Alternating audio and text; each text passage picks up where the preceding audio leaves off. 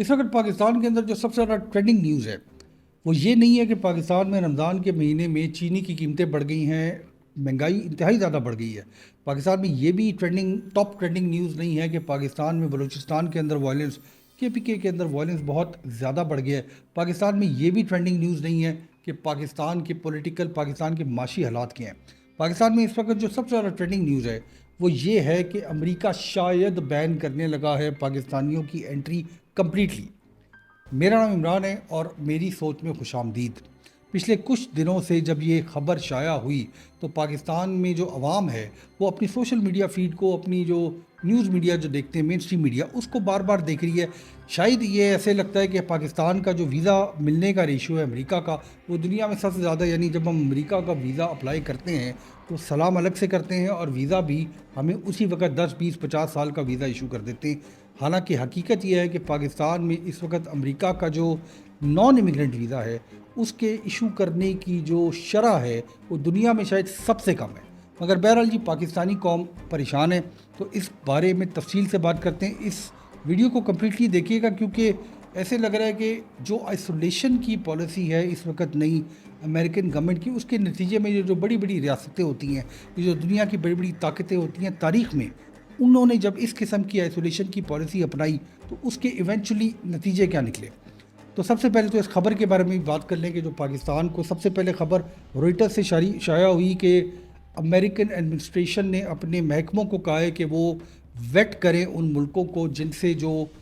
Immigrants آ رہے ہیں امریکہ کے اندر، چاہے وہ نان امیگرنٹس آ رہے ہیں چاہے وہ امیگرنٹ ویزا کے اوپر آ رہے ہیں، ان سے امریکہ کو کوئی خطرہ تو نہیں ہے۔ اور اس خبر کو شائع کرنے کے بعد یہ کہا گیا کہ 7 یا 8 ایسے ملک ہیں دنیا کے جن کو کمپلیٹلی بین کر دیا جائے گا انٹری میں، اور ان لسٹ میں جو 2016 میں امریکہ میں بین کیے گئے تھے 2 نام اور شامل ہونے تھے، جن میں ایک پاکستان کا نام تھا، ایک افغانستان کا نام تھا۔ ایونچولی کچھ دنوں کے بعد اس خبر کی تردید کی گئی اور ایک 3 ٹیئر کی لسٹ دوبارہ شائع کی گئی، جس میں ایک ریڈ ٹیئر تھا جس میں وہ ملک تھے جن سے کمپلیٹلی بین کر دیا جائے گا، ایک اورنج ٹیئر ہے جس کے ملکوں کے اندر چند ویزوں کو بین کر دیا جائے گا اور چند ویزوں کو ایشو کیا جائے گا ان اسپیشل کیٹیگری میں کہ وہ لوگ امریکہ جا سکیں گے۔ ایک یلو لسٹ ہے،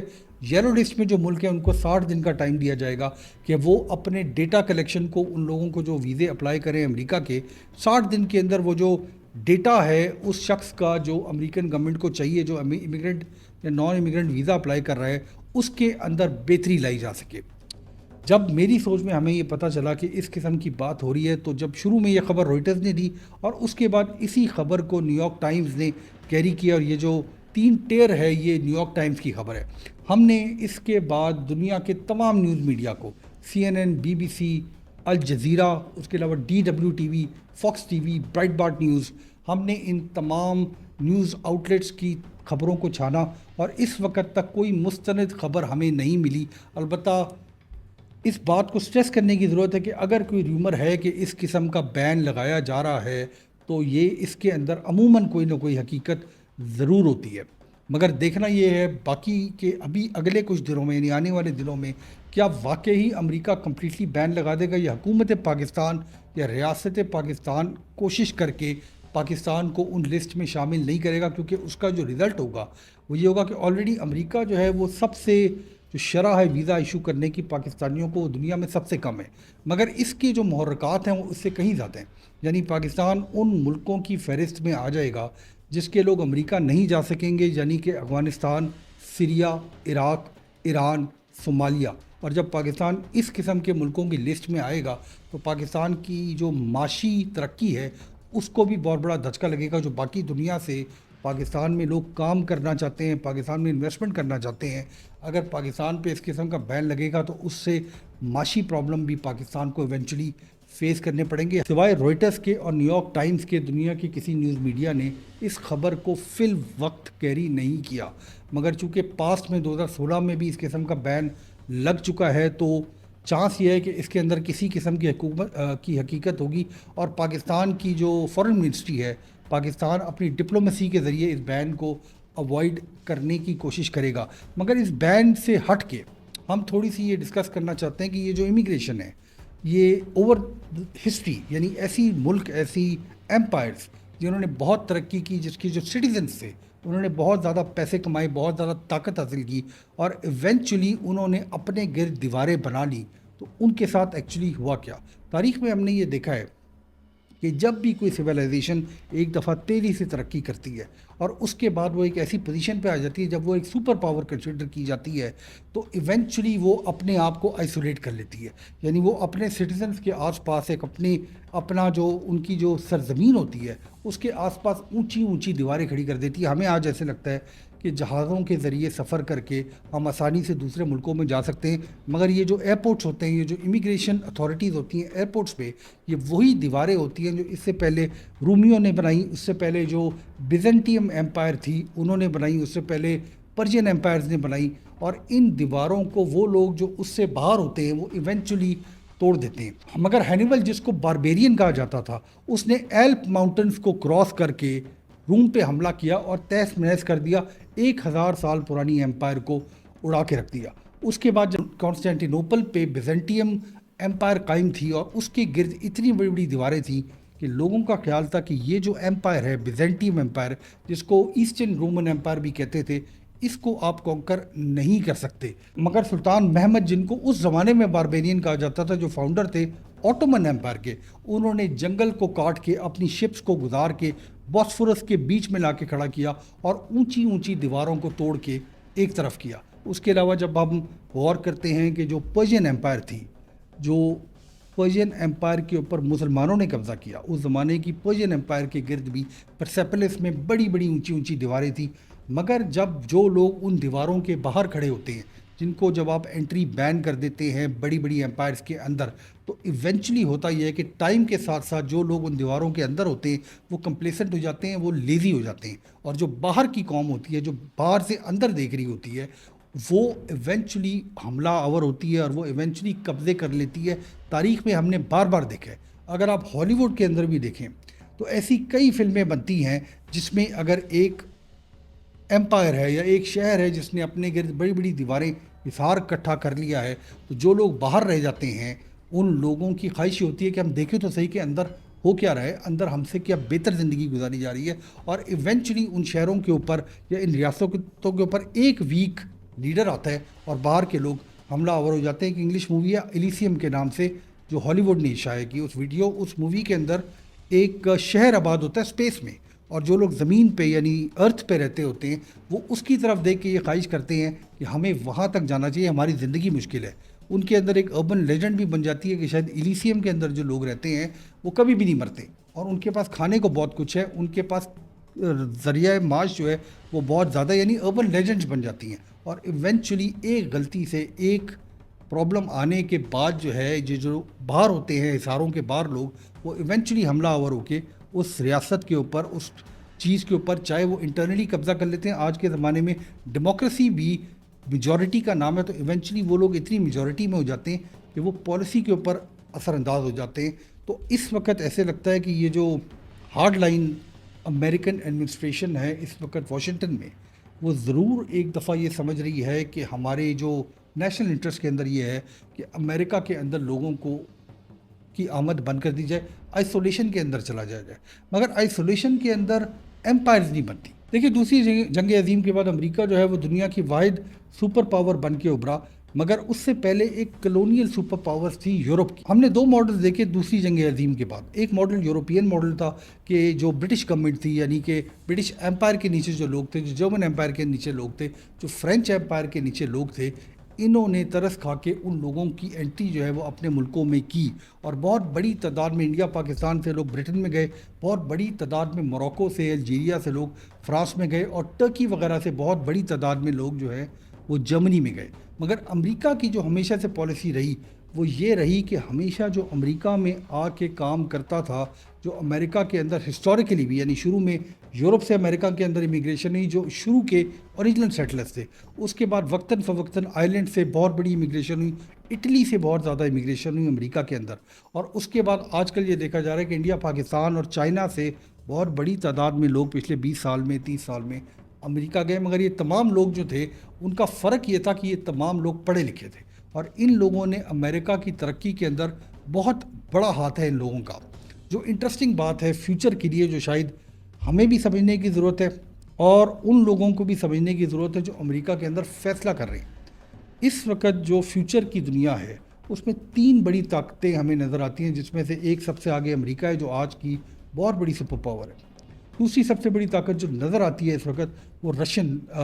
رشیا کی طاقت ہے۔ تیسری سب سے بڑی طاقت جو نظر آتی ہے وہ ایکچولی چائنا کی طاقت ہے۔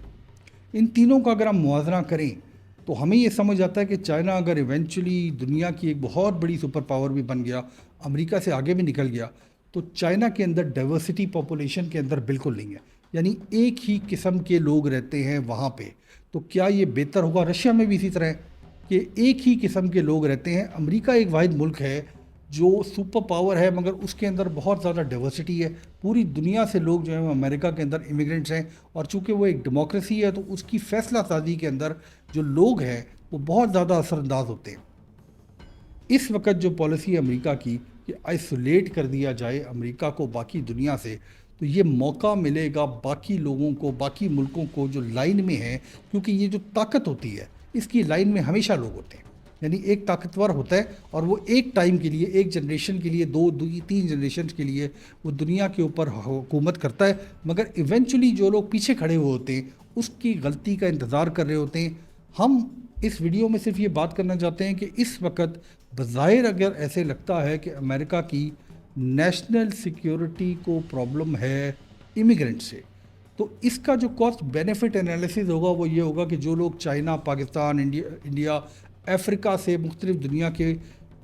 غریب ملکوں سے، ڈیولپنگ کنٹریز سے اگر امریکہ جا رہے ہیں تو ان کی ویلیو جو ہے ایونچولی امریکہ کے سکسیس میں زیادہ ہے، یا وہ جو 2-3% لوگ جو سلپ ہو جاتے ہیں سسٹم کے تھرو اور وہاں جا کے ان کی نیشنل سیکیورٹی کے لیے پرابلم بنتے ہیں، تو کیا یہ بہتر نہیں ہوگا کہ وہاں پہ جو ایئرپورٹس ہیں، کیونکہ دیکھیں جو ویزا ایشو کرتا ہے،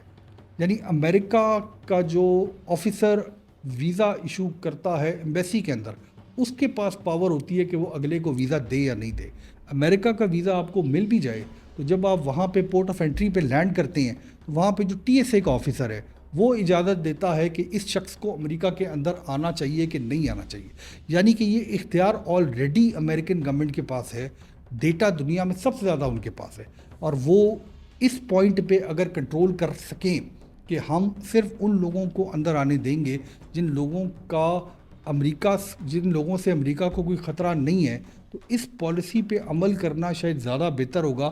بنسبت اس کے کہ آپ 10 ملکوں سے کو بین کر دیں۔ اگر ہم صرف آبادی کا اندازہ لگائیں تو پروبیبلی جیسے پاکستان کی 25-26 کروڑ آبادی ہے، تو آبادی لگائیں تو 1 ارب لوگوں کو دنیا میں امریکہ بین کرنے جا رہا ہے شاید، یعنی رومر یہ ہے کہ وہ کرنے جا رہا ہے، یعنی کہ 1/5 آف دا ورلڈ یا 1/4 آف دا ورلڈ کو امریکہ میں انٹری کی اجازت نہیں ہوگی۔ جب آپ اس طرح کی حرکت کریں گے